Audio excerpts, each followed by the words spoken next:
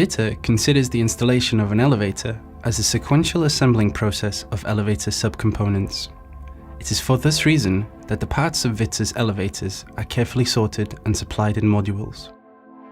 By module, we mean the group of components which, once assembled, carry out a specific function within the complete elevator. Each module can be made up of one or more packages. These packages are identified with a description of the module and its position within the assembly sequence.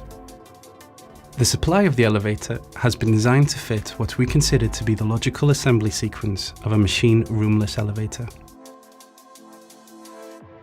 The package that we have to open first is labelled and easily identifiable.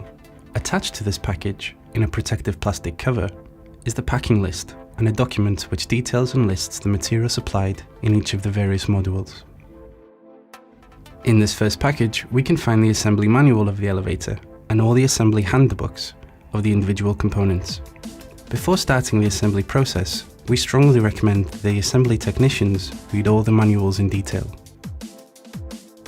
The assembly of the MRLW line starts by checking that the conditions of the shaft, dimensions, cleanliness are satisfactory and that all the necessary material and auxiliary tools are available on site.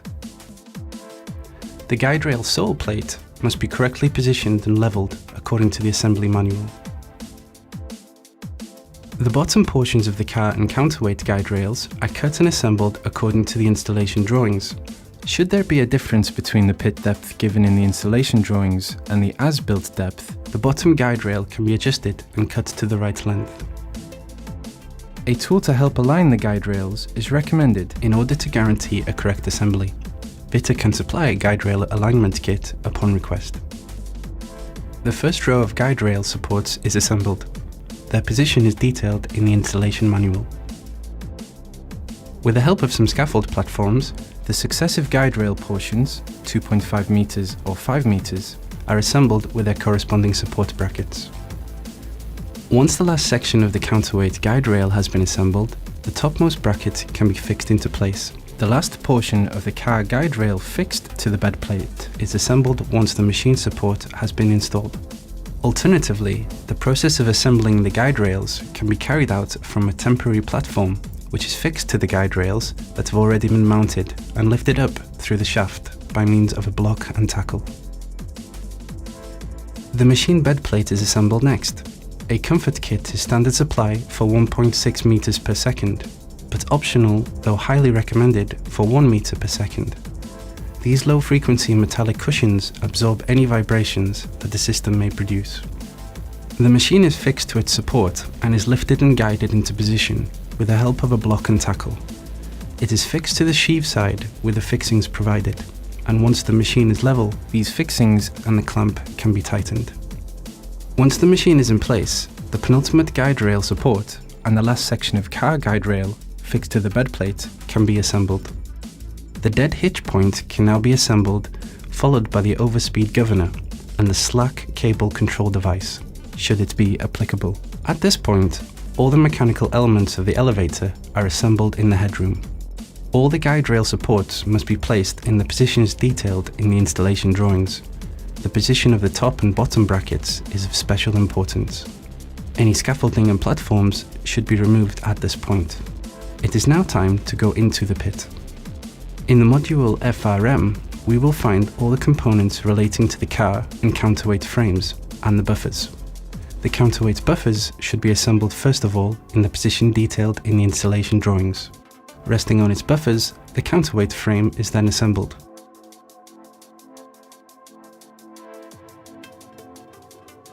A partial loading of the counterweight should then be carried out, according to the individual assembly requirements of each elevator. The car buffers are assembled next, in the position detailed in the installation drawings. Resting on its buffers, and on the car floor, the car frame is assembled. As an optional accessory, VITA offers a temporary protection to protect the car floor whilst the assembly process is taking place. The slings are now correctly assembled and positioned within the shaft and between the guide rails, and it is time to suspend the car slings in order to assemble the traction ropes. All the necessary material is applied in the module ROP. The machine should previously have been connected to the power with the encoder cable. The car sling is then lifted with a block and tackle to the highest floor that allows the floor of the car to lie flush with the landing FFL. Its position is maintained by means of the car frame locking kit. This element has not been designed to specifically suspend the car, but to fulfill the function indicated in clause 6431 of the standard EN 811A3. For the assembling of the traction ropes, please follow the instructions detailed in the elevator's installation manual. Repeat the process as many times as needed. A rope clasp guarantees the correct alignment of the ropes as they are fed into the grooves of the sheave.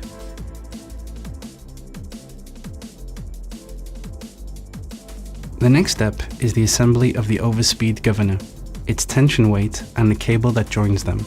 The fixing of the overspeed governor cable to the frame is the last stage of this sub-assembly.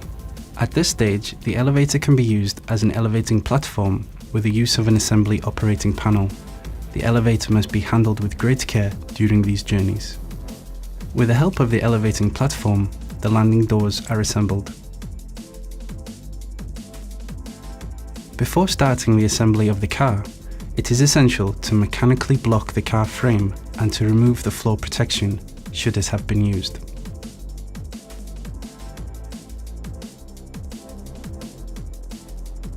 It is now time to assemble the car door.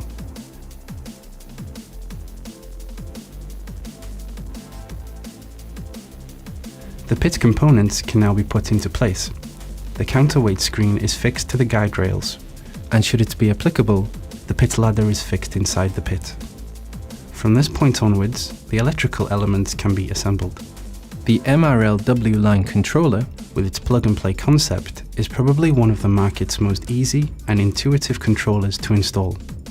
It is delivered perfectly packed and identified in 4 packages: power and control, pre-assembled electrical installation of the shaft, electrical elements of the car, and the controller cabinet.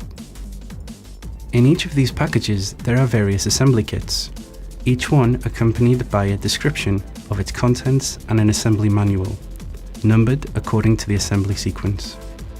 The controller cabinet, with its reduced dimensions, is placed neatly in front of the frame of the landing door located on the last floor.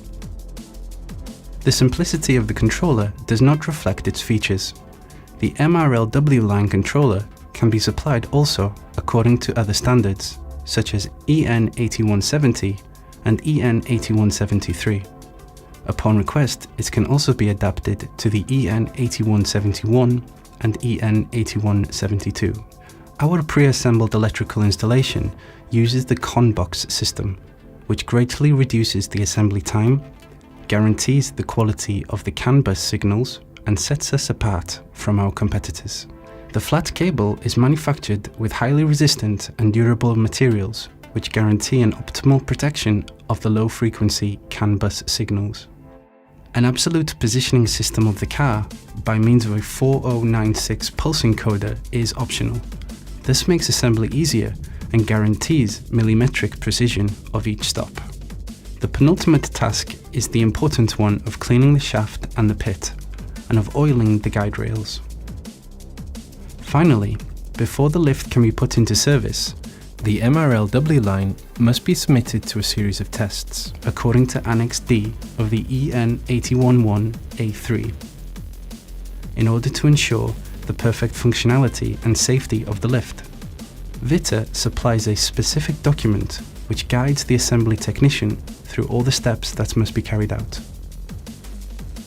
VITA has been issued by IONOR a conformity certificate, confirming the implementation and maintenance of a quality assurance system for the design, manufacturing, and final testing of elevators, and certifying that it complies with the requirements of Annex 1 of the Lift Directive 95/16/EC.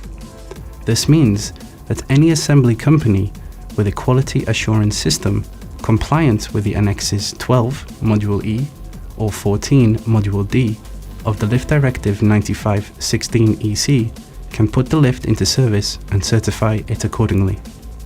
VITA can also supply the necessary documentation allowing any assembly company without a quality assurance certificate the possibility of certifying the elevator through an external notified body according to Annex 6